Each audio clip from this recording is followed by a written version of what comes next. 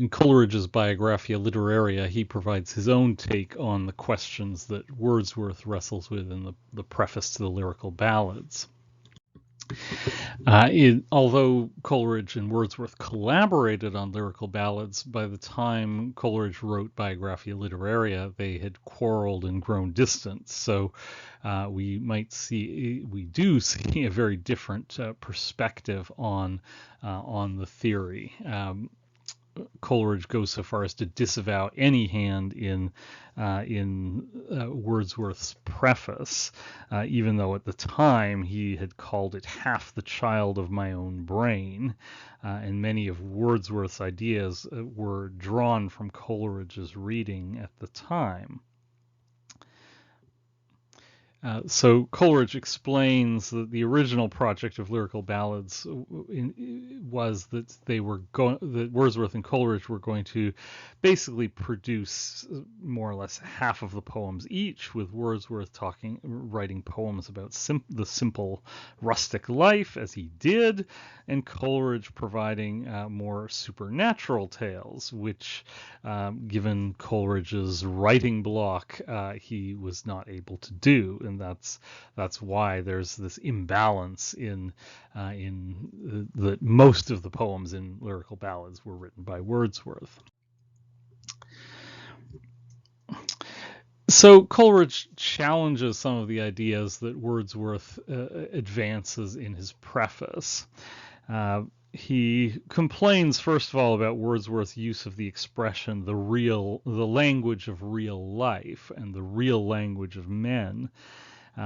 First of all, Wordsworth didn't write the way people really talk. And second of all, Coleridge asks, why would he have wanted to? And it's important to realize that Coleridge isn't simply trashing Wordsworth here. He's kind of saying that Wordsworth did a bad job of theorizing his project, but he still admires the project. Coleridge insists that Wordsworth's preface is based on erroneous principles, but they're principles that are contradicted by his own practice anyway. So from that point of view, it doesn't really matter. He insists that if Wordsworth's poems really were, quote, the silly, the childish things that they were attacked as being, they must necessarily have simply failed, and nobody would have taken them seriously. But Coleridge nevertheless seeks to distinguish his own poetic theory from that of Wordsworth. He disagrees that the poet is the one who is best able to reproduce the real language and emotions of life, and argues rather that the poet is the one who is able to create an artistic unity within these elements. The purpose of poetry is to produce pleasure and not truth. But Coleridge says, nothing can permanently please which does not contain in itself the reason why it is so, and not otherwise. So not only must poetry be a unity of some kind, it must be an organic unity, one whose internal logic is entirely coherent in and of itself. In terms of Coleridge's own poetry, the Rime of the Ancient Mariner, for example, would not work if it were written in iambic pentameter blank verse as opposed to ballad form, just as Kubla Khan would not work without the lush alliterative language that creates the images in that poem. Thus, poetry is poetic when each part fits the whole of the work, and all of the parts combine to create a pleasurable effect. Coleridge defines this in terms of the difference between organic form and mechanical form. Organic form is very much a romantic idea, and is what I've just been saying, that each part of the work is dictated by the necessity of the work as a whole. And notice the metaphor here of organic life. The seed determines what the plant is going to look like. The part of the poem it only works insofar as it is a part of a whole. just as the plant requires a seed, a stem, leaves, flowers, and so on, all working together. Mechanical form is, just as Wordsworth attacked neoclassicism, we can kind of see Coleridge doing the same thing, and attacking it on the grounds that if a form is merely mechanical, it is dictated by rules that are external to the composition itself. Coleridge says the poet diffuses a tone and spirit of unity that blends and, as it were, fuses each into each by that synthetic and magical power to which we have exclusively appropriated the name of imagination. So imagination is at the core of this thing that Coleridge calls organic form. And this unity, he says, reveals itself in the balance or reconcilement of opposite or discordant qualities.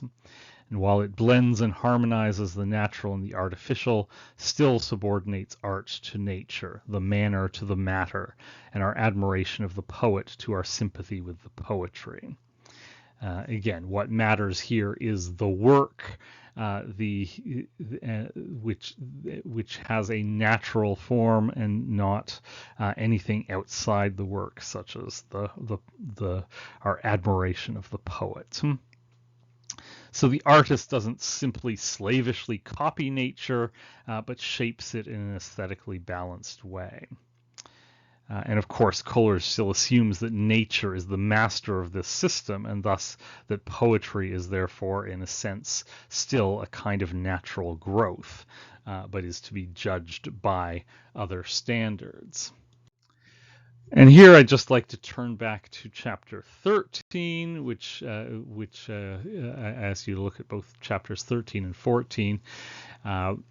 And in this chapter, Coleridge develops the distinction between the fancy and the imagination. The fancy is a rearranging of already existing ideas. It works with fixities and definites, and therefore is not genuinely creative. It is a mode of memory. Whereas the imagination is, in Coleridge's view, the echo of divine creation in finite human form. It is essentially vital and capable of genuine and original creativity. In other words, the imagination is capable of the creation of entirely new ideas, while what he calls fancy is merely the reorganization of existing ideas. It can still be pleasurable, but it lacks genuine creative power. So Coleridge is creating a kind of hierarchy between what is good. The imagination is the good creative power, whereas fancy is a less good form of that power. Coleridge is opposed to the philosophy of John Locke, whom I've mentioned before.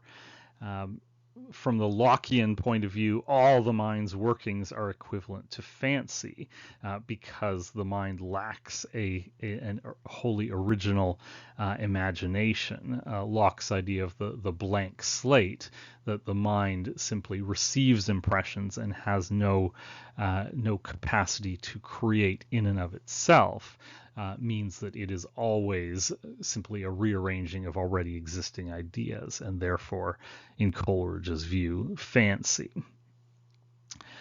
The implications for literary creation, then, are that Coleridge only sees the products of the imagination as having literary value, which suggests that he sees his own poetry as being more associated with the imagination.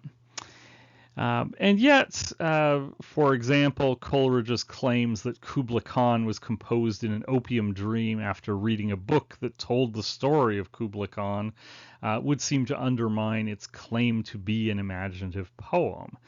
This is precisely what Coleridge describes as fancy, taking pre-existing ideas and reorganizing them. So, as with Wordsworth, we can ask of Coleridge whether his own poetry lives up to the standards that he sets with his theory.